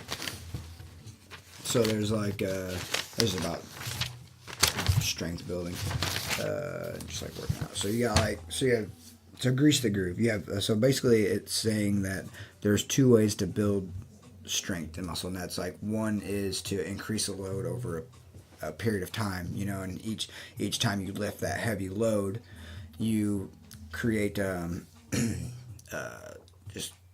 just like micro tears in your muscles, and then those muscles rebuild themselves, and then they adapt to the load that you're putting them under, building strength. Muscle growth. Yeah, or greasing the groove method, which is the other way to build strength is that when every time you contract a muscle or like lift something or do something contracting a muscle, which I can also tell you something else about contracting muscles as well that I've learned recently. So fucking that's a neuron. Your nervous system is sending signals to your neurons, and they're firing to contract those muscles. And so the thing is that the more you use those neurons, a fatty white substance forms a sheath around the axons of the nerve cells, allowing the nerve impulses to move more quickly. So the more you contract those muscles, you build those neuron signals stronger, and so the faster and more efficiently your neurons can fire, the quicker you can contract your muscles, and the more efficiently you can contract your muscles, which in return builds strength because they're more efficient. Look, you're building neurons right there.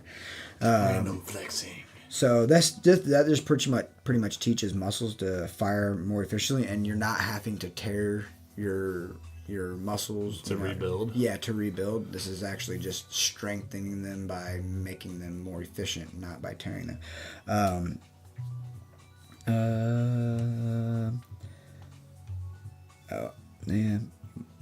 Myelination, is the process by which neurons become more efficient. But that would become for just more regularly doing exercises, with lighter reps and weight. So, but doing more often than with the heavy workout. So they're saying, like, I printed out a fucking thing actually. I just printed this out so I could fucking actually read through it without having to look at a fucking screen. Wait. So prepared, I love it. I need to become more punctual with getting the podcast uploaded more and preparing myself more. So like, no, this is just stuff this isn't for the podcast really. It just is just on sharing the podcast. Like I'm not like doing this for the podcast. Like, this is just shit and that's perfectly fine. That I'm doing, just because like obviously I've been doing the simple and sinister, the workout, which I've done before, but I'm just like revisiting it, which is fucking. What the fuck am I trying to say? All right. Well, anyways, I'm trying to move to implementing with my kettlebell workouts using a grease in the groove method with like body weight exercises. So I still plan on doing some kettlebell workouts, like not like crazy large rests in between my sets, making each rep fucking be as powerful and as efficient as every other rep, and do it in a manner that I'm not exhausted or fatigued, so I can still do everything properly in the way that it should be done, without losing form and whatnot. So like one of these things is like, let me get to the first page here. Alright, so pretty much what it would be is like, so I'd do a handstand push-up. I would do 15 sets of one. So it's like do one, fucking, do whatever, and then fucking do another one. Like later. So what would be the ample amount of time in between each set? All right. So Pavel says for building strength, which isn't practical for people to use. Hold on a second. Answer. Yes, I'm at the cinema. On the podcast, Mom. Jeez. Damn it, Carrie. No, it's cool. No, you're cool. We gotta throw this whole one away. We gotta start over. Ruined. No, it's cool. No, I was just going to tell you there's an envelope in your purse with a title and $220. Go ahead and transfer that title, and then I will bring you the insurance money for 6 months. I'm charging you $1 for every second. Friday. It's my going rate. All right, love you too. Bye. And she's a principal with no principles. No principles. All right, so then it would also be a pistol, which is the one-legged squat. Where the fuck else was I on all that? Oh yeah, so you're saying what is the ample at the time? What would be considered a good rest period between sets? What I did actually this weekend was you want active rest still, so like you don't want to just like sit down and be fucking lazy. You still want to like you can either like You want to keep your heart rate like up? but not too high up because you want to keep it up, but you don't want to get it to resting heart rate, but you want to keep it above that, but you don't want to get it to like a working heart rate. You just want it to be like, I guess, an active heart rate. I don't know. A walking pace? Yeah, something like that. So I'll just give you an example of what I did this weekend for my workout. How about that? But Pavel says, and it's not practical, and he admits that it's not practical for people, except for people that are like fucking fitness instructors and trainers, but it'd be like 15 minutes between each set. Like go do a set of 2, wait 15 minutes, fucking go do another set of 2. But that's not practical. He said he gave other option. Can't really remember what it is. I've just kind of been doing what, depending on what the time allotment I have is. But I usually like this weekend I did 3-minute rests in between each set. This one was a fucking. Yeah, Saturday was crazy, actually. So Saturday, I started off with 10 minutes. I always start off with, like, jump roping, just to, like, get my fucking body, my muscles loosened up. So I do 10 minutes of jump roping. And through all this, I do it in a manner that I just nose breathe. Even when I'm, like, doing the kettlebell swing and I come up, I'm not breathing out. I'm coming down in through my nose, and then... doing my swing with just all through my nose, just trying to keep that going. Because I'm trying to get it to where I can still breathe through my nose even when I have an accelerated heart rate. Because there was one guy that, I forget what podcast it was and who the fucking guy was, but he was following this tribe in South America, and they would chase this animal to hunt it through the woods, and they would just chase it until the animal got tired. And he said one thing that he would notice is that they all were breathing through their nose. So I'm like, all right, I'm going to get to that. That's something I'm aspiring to get to, is just to be able to breathe through my nose, and not, they say breathe through your mouth incites panic breathing, and breathing through your nose is a more calm and more regulated form of breathing. And then I do the simple and sinister warm up, which is 3 sets of 5 reps of goblet squats, hip bridges, and halos, which I switched that up. Normally I just use a 25-pound kettlebell for the goblet squat and the halo, but the first set I did 25, and then the second set I'm working to where I just use and then the second set I did the 35-pound kettlebell, and then I did the 50-pound kettlebell for my third set of my warm-up. And so I everybody know here, like, working on just using the same weight for warm-up as I do for the whole workout. And then so what I did is I did my actual workout, which is the 10 sets of 10 kettlebell swings. I was going to go rock climbing, and my forearms were still tight from rock climbing before, so I've been doing the two-handed grip just because for muscle purposes. And then so in between those sets, I did 3 minutes of jump rope. I would jump rope for 3 minutes in between each set of that. And I did that for 6 sets, and then I did 1 set of jump rope mixed with some agility drills, which was kind of me hopping around and fucking just kind of doing some other shit, some shadow boxing, just moving around. And then, that's what I did. And then after that, it's 5 sets of 1 Turkish get up. And then in between there, I just did 5 knees to chest with jump rope for rest, but I did 3 minutes total. So I did the 5 reps of just like a knee to chest, like crunch, but keeping everything tight, like the whole way up, like control up, trying to feel every. I've been trying to work on my sit-ups with keeping everything contracted the way it needs to be. And like just as I'm coming up, feel like the different levels of engagement, and just really like focus on like what muscles are doing what when engaged where. And so I did that, and then I would jump rope for the rest of the 3 minutes. And then I just did. No, I did. Oh fuck. Yeah. Oh, really the reason this is so much is because I did the 2 sets of balancing and stability drill that I've just kind of come up with that wall ball, and I pretty much just broke it down step by step on how to do that. Just not really that I needed to, but just so if I'm ever like, yeah, how'd that drill go, or this is the best way that I have found to do it, and that just gives me more of a guideline to follow. And then I'm also I've been doing a lot more joint mobility shit. Just like, so I'll like rotate my ankle 10 times one way, other way, and I'll do the other one, and then I'll fucking bring both my knees together and do circles, and then go the other way, and then I fucking do my hips, which is actually improving. I used to have like this really bad binding on my left side, and it's not as bad as it was. It's getting better. So I'll do that, and then like fucking, obviously do like I'll do like shrugs forwards and backwards and arm circles, and then also for your elbows you can do like this like cupping one where you come in. I've seen that one. And then you can also bring it back around. And then obviously just like wrist, neck has been a big one too. Just doing rotations.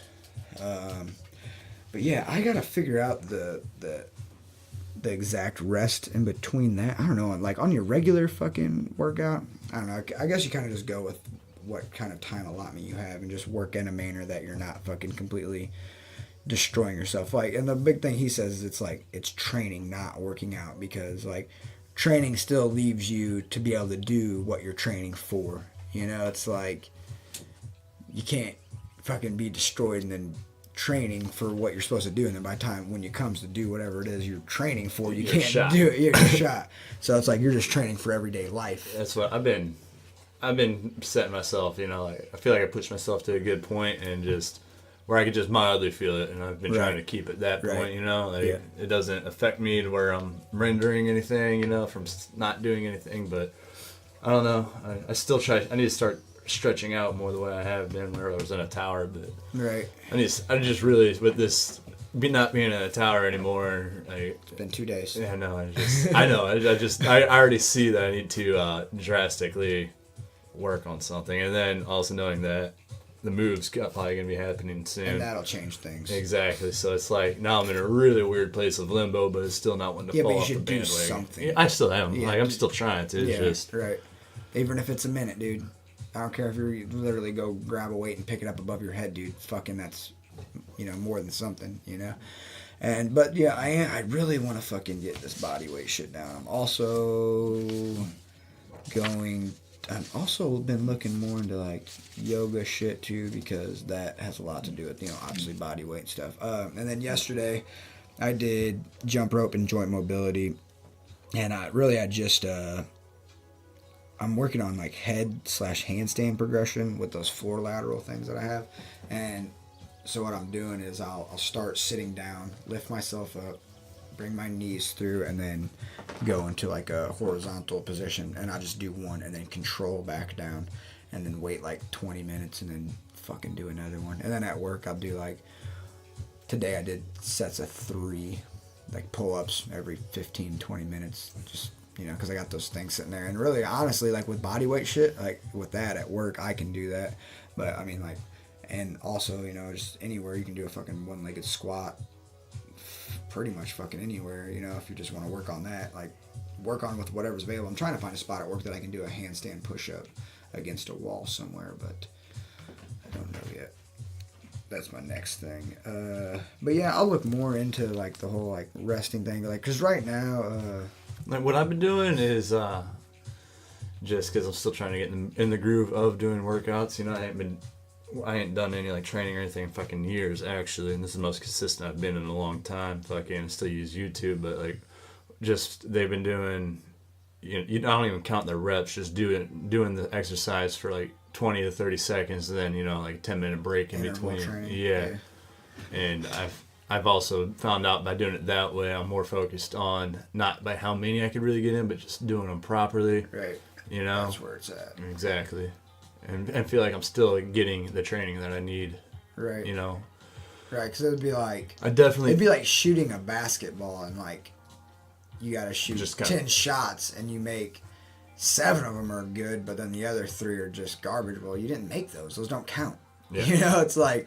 you want to be able to do it in a manner that you fucking can make all 10 baskets, I do think that I am already ready for a heavier kettlebell. Like I probably need a 25 or 30 for sure, which I know. Yeah. But right now I'm still doing with what I got. And I'm still like, with a lot of them workouts, still form is everything, like we've been talking about. And some of them are trickier and also like whenever it comes up to like the clings, it's like trying not to hit the ceiling either. Yeah. Which actually, whenever I come up to do my cling, I've found out it's knowing that the ceiling's there has helped me get it down better. Where as I'm coming around, it doesn't even, it just glides right to my wrist where it's. Right. I'm getting it down pretty well because before I was just working on that and like, dude, I'm just focusing on doing this right, and I know I'm not getting it down, but it all comes too. But because before I was bashing my wrist with the fucking kettlebell, and I was like, this ain't right. This ain't right at all. Yeah, I will eventually get a heavier kettlebell myself, but then I'm just hanging out. I might get some bands. I'm still trying to get on to, like I've been with the workouts we've been doing, because I'm trying to keep Courtney, going. Also, she ain't been feeling that great lately, so she's been out there still watching me work out, but I've still been trying to always incorporate an ab workout after a full body workout also. Oh yeah, I did. Yeah, whatever. I did some shit too. Some fucking pretty much just flutter kicks. I need to switch up my core workout though, to be honest with you. Like, even though the shit that the kettlebell training and the other shit is all core work as well, but I usually mainly just do like a V up / knees to chest variations, like a couple different variations there, some flutter kicks, different variations of that.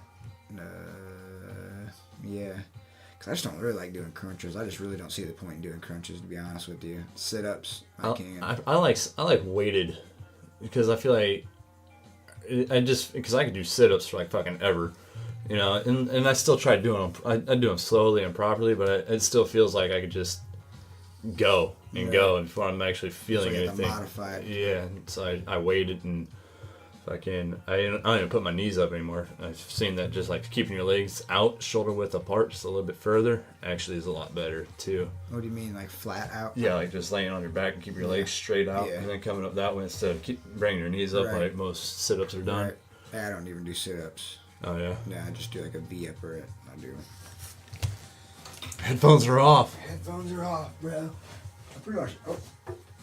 I just do like a variation of this that you can even see. Yeah. Yeah, just like different these, or I fucking come this side or then I'll can't do it here because the door's there. I'll come out here, do this shit. I'll hold like 10-pound plates and I'll do like flies and different fly variation.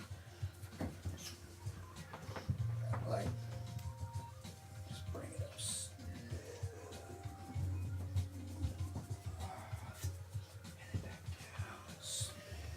Nice and slow. Something I think would definitely be good for the gym / garage that we're gonna piece together or have whenever we move in would be a clock that's easily, or a timer that's easily like programmable to where it's like whenever you're done with certain iterations, like I know they got where you just a timer to where it's like you got 10 seconds, all right, and then you hit it again, 20 seconds, and hit it again, like to keep, because I feel like I just use my phone. My phone's my show get fucked, but I feel like my problem is my attention span just working. After I needing to know what I'm doing beforehand instead of just doing it. Like having the workout in front of you is nicer. See, when I'm constrained on time, that's nice, and that's why I revert to the simple and sinister fucking kettlebell workout, like just the 10 sets of 10 swings, the 5 sets of 1 get up, which it's simple, it's easy. There's no fucking guesswork. It's got a warm up involved in it. But what's also nice, like on the weekends, like when I don't have shit going on, like obviously this Saturday, well, I even did have shit, but I got up at 6:45, so I did a ton of fucking shit, and I was just like, I would sit there and I would literally like just turn and watch something on the TV, or like turn a fucking podcast on, or fucking, sometimes I listen to music, but music kind of gets you too hyped and makes you want to go a little more, but I'll kind of just fucking dick around there a little bit and kind of do shit around the house, do a set of something, fucking, kind of like work on some other shit. But yeah, I did print out all these body weight, this body weight fucking shit. So I'm gonna fucking start working on that. I think I'm gonna start doing it. I'm just gonna start integrating this exercise into my fucking already existing workouts. Cool. And then I also have this. There's another one back here too. I'll probably write all this shit down in my notebook so I can give this to you at one point in time, or you'll have access to it too at the house. I was actually thinking about that kettlebell workout book that I got that has like all the different exercises on all the pages, and it has like other workouts to do for intermediate, beginner, and expert, you know. Yeah. But it has like iterations of every fucking kettlebell workout, and I was like thinking about just tearing the pages out like nice and flat or even, and fucking just getting them laminated. All right. And putting them on a ring, you know, or just setting them out where it's like, all right, you know, like trying to work this area out because it has it broke down really well. And what it's supposed to isolate and how to do it properly. See, that's one thing I don't do though, is like isolation workouts. Like, I feel like isolation workouts are more specifically for bodybuilding and building muscle. Well, I meant like what it's supposed to be, where you're feeling it, not like one muscle group, but like all the muscle. It breaks down that specific workout or exercise that you're doing, and how to properly do it as well. It looked like a good book. It's pretty decent. I like it. I did figure out a better way to explain the swing movement, the kettlebell swing movement. You remember them birds that like dip down and get a drink? Yeah. You know, it's like the toy or whatever. That's kind of what a kettlebell swing is. Just like you don't have the tail. You know, it's like. Use this as a fucking thing. You know, it's like you've got that. You know, it's like this is like your legs are the stand the bird on. Just imagine you had like a. Your hips are the hinge. Yeah, you had like that counterweight back there, and you just fucking. It's weird without weight. Well, brother, we're at an hour and 57 minutes. All right. You gonna fucking call it quits? Yeah, the sun's down. Isn't it cool though? Like the sun's still barely peeking out, and it is 7:30. I love it, dude. Hell yeah. Tara did message me a little we need to start. I'm gonna message Andrew Yang about daylight saving time and fucking nix that bullshit too. It's a pain in the ass. Get it out of here. No need for it. But yeah, guys, hit us up on Facebook, YouTube, fucking, we're on Podbean. And sharing this with everybody. Hopefully I'll have this up tomorrow, actually. It's going to be a while, but just obviously, we got other shit we're going to get for this too, but I do want to fucking start video recording. The GoPro the battery doesn't last long enough. Fucking. We can get it figured out for sure. Yeah. It'll be easier when we're living together and we don't even have to commute to each other because that time we would have spent commuting. We could be figuring out things off, you know? Yeah. I just want to use the word commute. But yeah, still trying to make Good Deed Monday a thing or something. I haven't really focused any of my energy on that, but it'll slowly come around. I have good intentions with everything.